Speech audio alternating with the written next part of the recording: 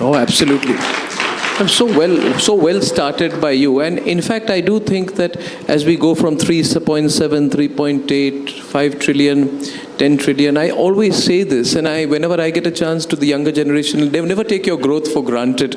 Yes. And you told me this once when we met last time in the finance ministry, and you said that everything, Arnab, is well thought out. Do not assume that our policy post-Ukraine, I can share this with your permission.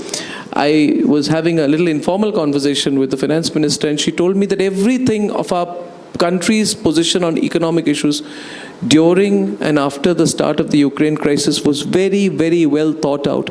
And the only thing that mattered for the Prime Minister was national interest, and national interest alone. Madam Finance Minister, now we are in a slightly different situation, and we have to, I believe, prepare for a post-Ukraine situation as well. We have a new president in the US, president-elect, who has committed to ending the war within 24 hours. Even if it doesn't, it's almost seen as a certainty that it will end. My question to you is, what will the post-Ukraine economy look like? You know, we have done very well in this period during the trajectory of the war. Should the trajectory of the war change? And because we took certain decisions, like we became the second largest buyer of Russian crude oil. Our refined oil exports went up massively to Europe. You know, our exports of fuels like diesel to the EU surged by 50-60%. We benefited from that. A follow-up question is, and what every observer will want to know, Madam Finance Minister, is, should the war end? Should the trajectory of the war in Ukraine end? How does our economic policies, how do our fiscal policies, and how does our approach to the world change after that? Will we have to do some resetting?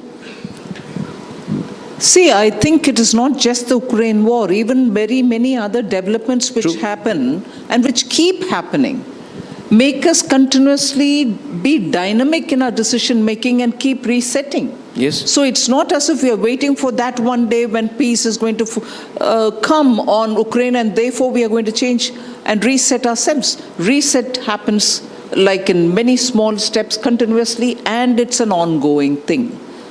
But the first thing first, Ukraine war is something which PM has also said. We want peace, we want talks, we want, normalcy restored, and so on. Absolutely. We are always in favor of peace and diplomatic solutions to problems. We've never promoted aggression. We've never promoted unilaterally aggression. And therefore, on that ground, there is no change. We continue to keep that. But post the war, or post any other situation, post the US elections, yes, and the kind of results which have come, as always, you asked me about reset. I'm using the word consciously. As always, we'll keep India's interest on the top. So that's the reset. And that is the reset each time on doing things, but each time we keep India on the top, India's interest on the top. Yes.